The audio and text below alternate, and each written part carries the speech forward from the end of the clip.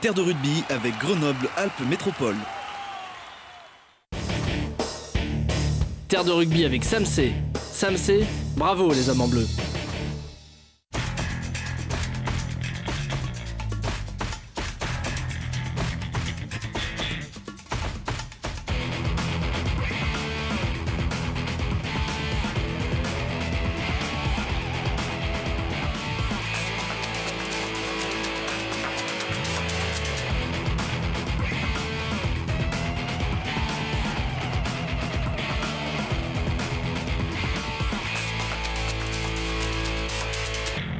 Bonsoir à tous, bienvenue. Je suis très contente de vous retrouver, alors vous sur le terrain, toujours aussi nombreux et fervents autour de votre équipe et toujours fidèles à Terre de rugby. Merci encore à vous. Et les fidèles que j'ai croisés, d'ailleurs, n'ont pas caché leur bonheur de retrouver celui qui les a emballés pendant 11 saisons, l'ancien capitaine du FCG, qui prolonge l'aventure avec les Rouges et Bleus ici sur ce plateau. Salut Fabien. Salut. Fabien Jagen-Bacher, donc ancien capitaine, vice-capitaine aussi à un moment donné avec ces noms un peu barbares. En tout cas, te voilà ici consultant en chef de Terre de rugby. Avec, côté terrain, vous le savez, c'est la parenthèse européenne. C'est l'heure donc de faire aussi le bilan de ce premier bloc de cette match avec, désolé, mais un des plus anciens coachs au club, en tout cas en termes d'ancienneté. Pardon, on ne parle pas de l'âge, mais on parle simplement de l'ancienneté au club, car c'est celui qui préserve aussi la jeunesse, qui connaît les jeunes quasiment mieux que quiconque ici, qui peaufine aussi les gestes de nos joueurs à l'entraînement. C'est Jérôme Vernet. Bonjour. Comment ça va ? Ça va bien. Ça va bien, vous avez vu avec beaucoup de sourires à l'entraînement cette semaine. Oui, c'est un peu plus décontracté. Mm-hmm. Voilà, toujours dans le travail, mais un petit peu plus relâche, ouais, c'est vrai. Bon, on verra ça tout à l'heure. Effectivement, d'abord, on a beaucoup de choses à se dire autour de ce qui nous a rassemblés samedi soir au Stade des Alpes. C'était donc cette réception de Bordeaux qui s'est donc terminée par des grosses tapes sur les épaules avec beaucoup d'enthousiasme, un soulagement aussi. Donc une belle victoire contre un gros, Fabien. Oui, très belle victoire, avec deux périodes contrastées, mais une victoire qui fait du bien, qui confirme la dernière victoire contre Perpignan à domicile et qui, dans le déroulement de la saison et pour asseoir un petit peu nos positions à domicile, elle était super importante face à une belle équipe qui avait battu Clermont la semaine d'avant. Oui, elle était attendue. Alors on va se revoir un peu ce match en 4 points. Tu nous as d'abord ressorti cette première mi-temps qui a été très riche, très maîtrisée. Oui, très belle première mi-temps avec de beaux mouvements collectifs, notamment initiés par les trois quarts avec des beaux essais à la clé. Et on a vu des phases de conquête maîtrisées sur une mêlée conquérante. On les a beaucoup perturbés sur les touches. Leur lanceur n'a pas été en grande réussite non plus, ce qui nous a permis d'avoir l'essentiel des munitions et d'imposer notre jeu et de conclure par des beaux essais. Voilà, et même d'avoir le bonus offensif dans cette première mi-temps, en tout cas à ce moment-là. Oui, c'est ça, là on voit l'essai après plusieurs phases de jeu, de la patience dans des zones de marque, où on prend le temps d'organiser, et puis on voit Jefferson Poirot qui passe un petit peu vite et qui lâche le premier au poste. Et Étienne en profite pour aller marquer. Il avait vu le coup, Étienne. Un super match de notre jeune talonneur, encore une fois. Est-ce qu'on s'attendait finalement à garder ce bonus offensif ? Est-ce qu'on sentait que vraiment la réaction de Bordeaux allait arriver ? Est-ce que toi, tu y as cru ? Sur cette première mi-temps, oui, parce qu'elle était complètement maîtrisée. Bordeaux a été asphyxié et n'a pas pu répliquer parce que sur les phases de conquête, ils ont été pris complètement, donc ils n'ont pas eu beaucoup de munitions. Après, on va parler de la deuxième mi-temps. Oui, alors d'abord, je veux d'abord qu'on parle de la mêlée qui a été saluée par des hurrahs, bien sûr, tout autour de ce Stade des Alpes bien plein. C'est encore la confirmation de la santé de cette mêlée grenobloise. Une confirmation, Jérôme va pouvoir en parler, mais je pense que c'est un gros motif de satisfaction si on fait le bilan de ces 7 premiers matchs, où à domicile on est dominateur, donc ça a été encore le cas samedi, et on sait très bien que c'est un levier de confiance pour une équipe, et ça permet d'exploiter des ballons en plus pour pouvoir asseoir notre domination. Ouais, elle est efficace, elle est puissante, elle est stratège aussi, cette mêlée. Là, on voit qu'elle est plutôt puissante. Après, la stratégie, il y en a forcément dans la préparation du match par rapport à l'étude vidéo de la mêlée adverse et puis des postures des différents adversaires que vont rencontrer la première ligne. Mais après, c'est un effort collectif, c'est un travail de longue haleine, c'est un travail qui est fait au quotidien par le staff et les joueurs. Donc sur ce début de saison, ça paye. Donc c'est un gros point positif. Ça se fait tellement du bien. Après, pardon d'y revenir, après la finale à Toulouse contre Perpignan, où tout est parti de là, quasiment. Et puis aujourd'hui, on choisit de jouer la mêlée. Ouais, on choisit de jouer la mêlée. C'est le travail qui paye, tout bonnement. Jean-Noël ne les lâche pas. Je peux vous dire que toute la semaine, il leur parle de mêlée, il travaille la mêlée, il prépare les matchs, il étudie l'adversaire. Et c'est vraiment l'ensemble, notamment des joueurs de première ligne, parce que c'est la clé de voûte sur la mêlée, qui sont vraiment concernés par ce secteur du jeu. Et ça paye aujourd'hui. Et je peux vous dire que pour les autres joueurs, c'est un gros plus au niveau de la confiance. Ça nous permet de lancer le jeu. Je crois qu'on marque le deuxième essai qu'on marque, c'est sur un lancement direct sur une mêlée. Donc c'est vraiment un plus et ça permet aussi de contrarier les lancements de jeu de l'équipe adverse. Donc c'est pour nous, staff dans sa globalité, c'est un gros motif de satisfaction sur ce premier bloc. Oui. On est allé le voir cette semaine d'ailleurs, Jean-Noël Perrin, et la semaine prochaine, on va mieux faire sa connaissance. Tu nous glisses le sujet suivant sur un plateau. Donc ce sont ces très beaux essais, Fabien, et ces mouvements de trois quarts.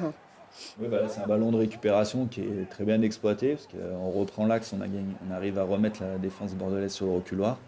Et après, du coup, on va voir qu'il y a une passe qui joue au large. Et là, l'élément clé pour moi, c'est Tufoa qui, aujourd'hui, juste par sa fin de passe, bloque le défenseur et joue un 3 contre 2 classique. Et après, il y a les qualités de nos trois quarts qui font la différence avec la continuité. Et un bel essai, vraiment. Une belle réaction aussi de Pablo Uberti, ancien Bordelais, qui est prêté par ce club de Bordeaux. Une belle finition d'Adrien Latour aussi, ça fait plaisir ici, pour le coup. Oui, et puis ça fait plaisir pour lui, parce qu'il enchaîne les belles prestations. Ah ouais. Il est vraiment sur une belle lancée, et puis notamment sur l'animation de la ligne offensive où il performe. Donc vraiment content pour lui. Alors, pour ce qui est du... Alors là, on voit ce super travail vraiment de... Ce super travail de Daniel Chilioni aussi encore, vraiment et la finition d'Adrien, donc dont on vient de parler. Donc vraiment Alors voilà la mêlée, on en parlait du coup. Ouais, là c'est un lancement sur une saut 1 après une mêlée un petit peu excentrée.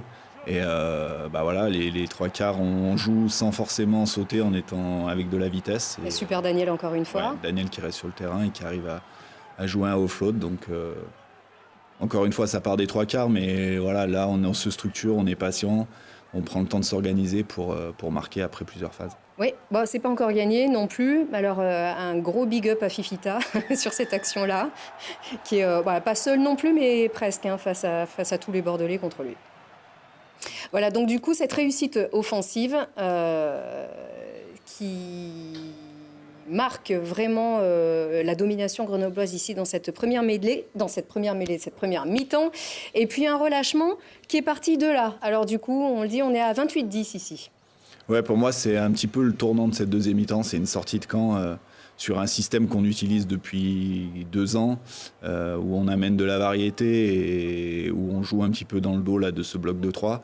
Et eux l'avaient plutôt bien analysé. Ils nous coffrent avec le ballon, ensuite une pénalité pour une faute au sol, et qui amènera leur essai. Et ce qui est un moment charnière, parce qu'on vient de remarquer tout de suite après la mi-temps, après avoir dominé de la tête et des épaules la première mi-temps. Donc mentalement, on aurait pu vraiment encore leur mettre la tête sous l'eau, et on les laisse dans la partie. Et puis après, sur cette deuxième mi-temps, on a un petit peu baissé de pied aussi, peut-être un peu physiquement. Et ça leur a permis de recoller au score et de nous faire stresser un petit peu jusqu'à la fin. Ça, c'est le dernier, et c'est cet essai qui est parti d'un en avant. Belle distance. Ouais, c'est un beau contre. Parcouru par ces Bordelais. Là, Jérôme, en tribune ou en bord-terrain, je ne sais plus exactement où est-ce que tu te situes. En bord-terrain. En bord-terrain, sur ce match-là aussi. Là, on n'est pas bien. On reprend un peu de pression, ouais, automatiquement, c'est normal. Notre deuxième mi-temps, là... Je pense qu'on a un autre moment clé de la deuxième mi-temps, c'est le début. On a 2 temps forts, on est dans leurs 22-30 mètres, et 2 fois on rend le ballon au pied sur des actions où on a la possession. On a même sur le deuxième coup de pied, on a un avantage qui amènera d'ailleurs les 3 points, et on est en manque de patience justement. Alors est-ce que c'est qu'on a été peut-être un peu en sur-régime sur une première mi-temps très accomplie, un peu de défaillance sur les choix, sur des moments un peu charnières, et c'est peut-être là où on glisse un peu le match. La sortie de camp, on en a parlé maintes et maintes fois avec le staff, parce qu'on on a redébriefé le match le lundi. Ce qu'on a oublié de penser, ce que les joueurs ont oublié aussi, c'est que la sortie de jeu qu'on fait là c'était prévu dans le plan de jeu. Sauf que peut-être dans le momentum du match, c'était peut-être un peu trop tôt. Et ce qui a été oublié par les joueurs, c'est qu'il y a un changement de 3/4 centre, parce que sur l'action d'avant, où il y a la pénalité, il y a 3/4 centre se blesse. Et le centre qui rentre Dubié est un centre qui ferme beaucoup extérieur. Et je pense que les joueurs ont oublié de vérifier ce genre de petits détails. Et quand on les accumule, eh ben on se fait croquer. On a la passe d'Alaska qui est un petit peu fuyante, Pablo qui est pas bien placé, le joueur qui ferme en face et on se fait prendre. Alors que c'était une option qui était marquée dans le plan de jeu. Ouais, ça aurait pu fonctionner. Ça aurait pu fonctionner, mais voilà, il faut à ce niveau-là, c'est toute la différence avec la Pro D2. C'est qu'en top 14, contre n'importe quel adversaire, c'est les détails oubliés, on peut les payer cher très très vite. Surtout contre Bordeaux. Et surtout contre Bordeaux, qui est une équipe aujourd'hui qui est plutôt dans la première moitié de classement, qui est installée. On ne peut pas tout vous remontrer, notamment ces actions dont tu parlais à l'instant. On salue l'essai de Mamadou Diaby qui a été aussi top, vraiment au bout de cette ligne. Qui a passé 2 ou 3 ans au club. Ouais. Oui. Exactement. Donc, on va regarder le bilan comptable de cette 7e journée. À voir que donc c'est Grenoble aussi qui tire son épingle par rapport à ses adversaires, par rapport à ce championnat à 3 du bas de tableau, comme on dit souvent. Oui, alors après, est-ce qu'on va y rajouter Toulon, mais mine de rien, ils continuent un petit peu dans leur difficulté sur ce début de saison. Mais voilà, ce succès vraiment nous éloigne encore de cette zone et nous fait rentrer dans le top 10. Donc voilà, il faut rester là-dessus. Conserver cette dynamique à domicile et puis essayer d'aller récupérer des points à l'extérieur parce que de toute façon ça passera aussi par des performances à l'extérieur avec des points grappillés pour pouvoir se sortir rapidement de cette zone. Alors, il faut savoir ce qu'on est capable de faire, donc on est capable d'aller plus haut parce que là pour l'instant on a autant de points d'avance sur la lanterne rouge que de points de retard sur le précédent, sur celui qui nous précède, c'est-à-dire Pau. Il y a encore du boulot pour pouvoir respirer un peu. Oui, mais je souhaite qu'on respire bien le plus tôt possible dans la saison. Mais on s'attend et on s'est préparé à avoir une saison où on va batailler jusqu'au bout. J'espère qu'on bataillera le moins longtemps possible, qu'on réglera cette histoire de maintien le plus vite possible. Mais on est aussi préparé à vivre une saison longue par rapport à l'objectif de maintien, complètement. Déjà, on a 2 semaines avant ce match un petit peu plus de 2 semaines avant ce match contre Agen à l'extérieur, qui sera une finale. On peut presque le dire déjà. C'est un match important. Pour moi, c'est pas un match capital, mais c'est un match très important, c'est sûr. Et en plus, il est devenu important de par les résultats de cette dernière journée. Bon, on va pas trop. Il aurait été capital dans le scénario inverse, on aurait perdu à la maison ou autre. Le fait d'avoir gagné, ça nous permet à Agen, je pense, autant de pression que nous à nous recevoir, parce que voilà. Il ne faut pas trop s'en mettre non plus et savoir mais c'est normal. On va batailler avec eux, avec Perpignan, peut-être Toulon, s'ils restent sur cette dynamique-là. Donc c'est normal qu'on aille chez. C'est un concurrent direct, donc c'est le jeu. Voilà. On vient de revenir sur une victoire. On va revoir une victoire qui nous avait fait plaisir aussi pour faire un peu le bilan de ce premier bloc de 7 matchs. Donc, qu'est-ce que vous avez dit à vos joueurs? Qu'est-ce qu'on peut dire de cette entrée en championnat avec ces 7 derniers matchs? Bon bilan, pas bon bilan? On va dire bilan satisfaisant, mais peut mieux faire. Voilà. D'un point de vue purement comptable, je pense qu'on a laissé quelques points sur le premier déplacement à La Rochelle. Il y avait moyen de prendre quelque chose là-bas. Et puis sur Pau et Toulouse. Voilà. Et en sachant même que contre Pau, c'est peut-être notre plus mauvais match des 7 premiers, et on prend quand même un point défensif. Les regrets comptables, ils sont vraiment sur La Rochelle et Toulouse à la maison. On aurait peut-être pu avoir 1 ou 2 points de plus aujourd'hui au compteur. La satisfaction, c'est le jeu quand même proposé. On n'est pas resté dans un jeu restrictif ou à faire que du gain de terrain ou autre. On a quand même gardé une certaine logique par rapport à notre philosophie de jeu qu'on a construite un peu l'an dernier. Il y a certains secteurs du jeu qui sont vraiment en amélioration, comme la conquête. Et voilà, ça c'est satisfaisant. Et ça nous encourage justement par rapport à le prochain bloc avant la trêve, là, pour le match d'Agen et le match de Clermont. Un bon comportement des recrues aussi? Globalement, oui. Oui, entre les gars qui sont arrivés, les joueurs qui arrivent de clubs expérimentés, des joueurs moins connus mais qui se sont vite intégrés, non, ça se passe bien. Et puis des joueurs qui étaient là au club depuis l'an dernier ou depuis plus longtemps et qui s'affirment aussi à ce niveau-là. Donc Pour l'instant, les voyants sont plutôt ouverts. Ouais. Voilà. Satisfaisant, mais on peut mieux faire, je pense. Alors, je me tourne vers l'avis de notre consultant. Donc, ton opinion sur ce premier bloc? C'est le même que Jérôme. Après, ce qui est aussi positif, c'est que je pense que voilà, on a des bases solides. Alors, il faut continuer à les améliorer parce qu'on sait très bien que la vérité d'un week-end n'est pas forcément la vérité du week-end suivant. Mais qu'on a aussi des axes de travail identifiés et que voilà, quand on a et des bases solides et des axes de travail qui sont vraiment clairs et identifiés, pour continuer à grandir et pour gommer un petit peu ces petites imperfections qui ne nous ont pas permis de prendre un maximum de points, voilà, ça laisse vraiment un bel avenir et puis une belle matière pour continuer à travailler et avancer dans notre saison. Il y a moyen. Oui, très clairement, hein, de toute façon. Voilà, et aujourd'hui, on est capable de rivaliser. On l'a montré sur les 7 premiers matchs, donc je ne vois pas pourquoi ça s'arrêterait. En tout cas, il y a du souffle à l'entraînement, on vous a dit, on a vu beaucoup de sourires. On voit aussi jouer à l'entraînement ceux qui se sont un petit peu moins illustrés, contrairement à celui-ci par exemple. Alors Lolagui aussi se prépare, encore qu'il n'était pas disponible, en tout cas pas entièrement disponible ces dernières semaines. On voit jouer les jeunes. On voit un Lucas un peu cuit, mais non, il était bien Lucas à l'entraînement cette semaine. Comment ça se passe, Jérôme? On prépare la Coupe d'Europe. Exactement. On a fait le choix, le staff dans sa globalité, prépa physique compris, on a fait le choix de laisser quelques joueurs vraiment en repos là, ces 2 premiers jours. C'est-à-dire que lundi, certains joueurs ne se sont pas du tout entraînés. Hier, ils n'ont pas fait de rugby. Ces mêmes joueurs n'ont pas fait de rugby, on fait juste un peu de prépa physique.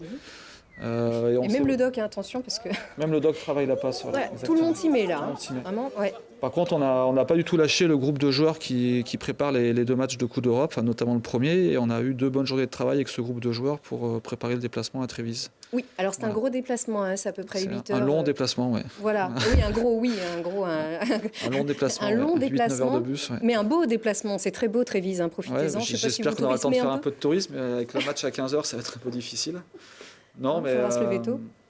Ouais, c'est un sacré déplacement parce que Trévise, ça reste une très belle équipe qui joue la Ligue Celt avec les Irlandais, les Gallois, les Écossais. Je crois qu'ils sont dans les 4 ou 5 premiers. On a vu des images d'eux sur le match à Édimbourg, qui est une des plus grosses équipes de la Ligue Celt, où voilà, ils sont difficiles à manœuvrer. On a souvent l'impression de dire que la fâcheuse tendance à dire que les Italiens sont en dessous, etc., par rapport à leurs résultats de leur équipe nationale, mais en termes de club, et notamment Trévise, ça va être un gros morceau. Ouais. Voilà.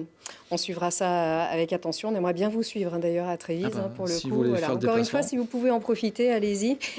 c'est tout à l'est. C'est tout à l'est. Jusqu'à Turin et après tout droit jusqu'à quasiment Venise. C'est ça, c'est au-dessus de Venise. Voilà. En effet, allez, il y a eu une petite visite, pas surprise, mais un petit peu de dernière minute. Le sélectionneur de l'équipe de France, Jacques Brunel, était au stade de Lesdiguières dans le cadre de son tour de France des clubs. Il nous a confié d'ailleurs ce qu'il venait faire. Ici, c'était mardi dernier. Écoutez-le. En fait, c'est pour créer un lien entre l'équipe de France et les clubs. Les clubs, ils ont les joueurs tout au long de l'année.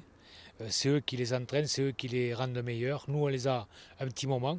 Et donc, il y a intérêt à ce qu'on travaille ensemble, à ce qu'on travaille en continuité.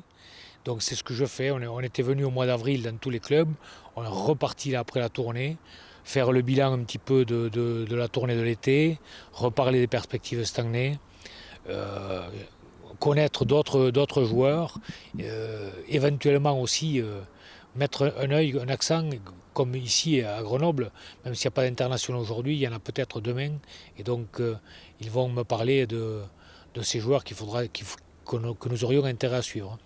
Attention, des joueurs que nous aurions intérêt à suivre. Alors on peut voir d'ailleurs sur ces images qui suivent que certains peut-être tiennent un petit peu plus d'attention. Voilà, Loïc sortir très discrètement, jeter un tout petit coup d'œil.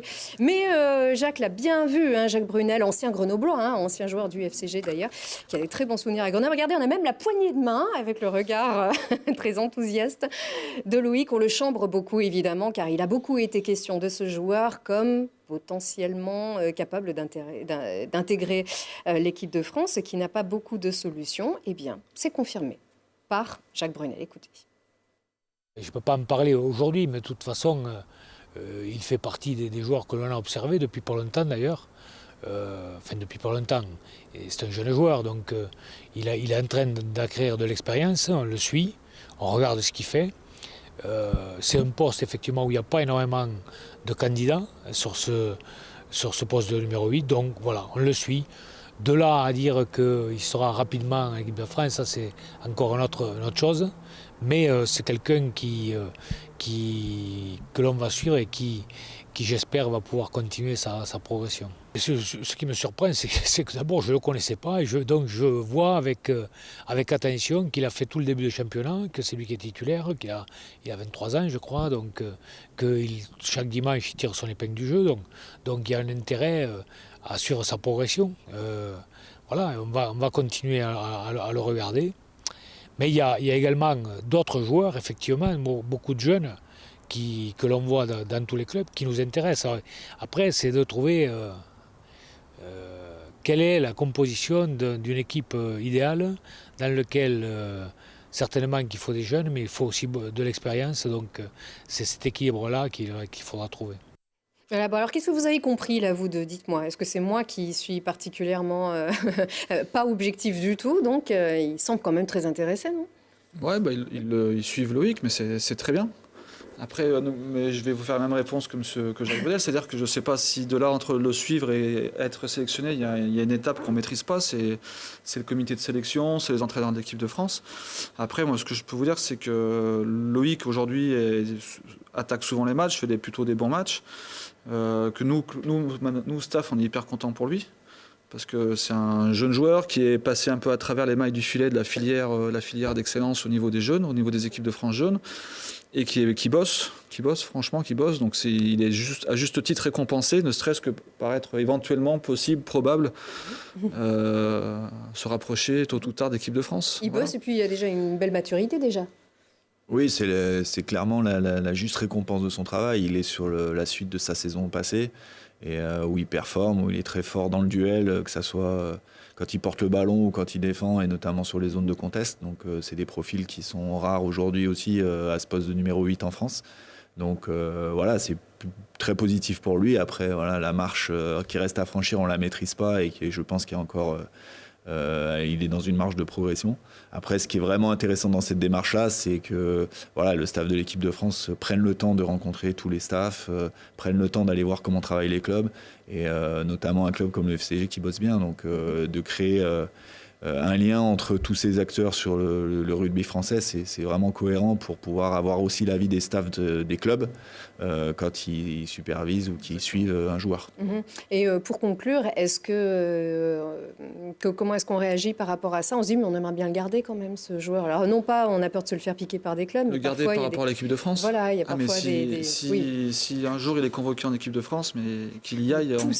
Mais bien sûr. Enfin, mais à n'importe quel niveau, n'importe quelle catégorie, n'importe quel même sport, je dirais, que quand un sportif est convoqué sur une sélection nationale, mais qu'ils y aillent, voilà, mais là-dessus, même si ça doit être un jour de doublon pour le club, on ne peut être que content à la fois pour le joueur, mais aussi pour le club, parce que c'est aussi une forme de reconnaissance pour le travail qui est fait sur le recrutement, parce que c'est un joueur qui est là depuis 2 ans, donc on n'a pas non plus formé de A à Z. Donc c'est une reconnaissance aussi pour le travail qui est fait sur le recrutement. Si c'est d'autres joueurs qui sont là depuis très longtemps, c'est le travail en interne qui est fait au niveau du club sur la formation. Et c'est le club qui en tire un maximum de récompenses d'une manière générale aussi, et le joueur. Donc qu'ils y aillent, tant mieux. Très bien. Bon, on a vu, il y en a d'autres. On a parlé des Gérassi, des Berruyer, des Capelli, donc toutes ces personnes qui se sont distinguées récemment chez les jeunes en équipe de France. On arrive déjà au terme de notre émission. Merci Jérôme pour tous ces bons renseignements. Bonne chance pour Trévise, bon voyage. Merci. Fabien, à la semaine prochaine. Et à vous aussi, très bonne semaine.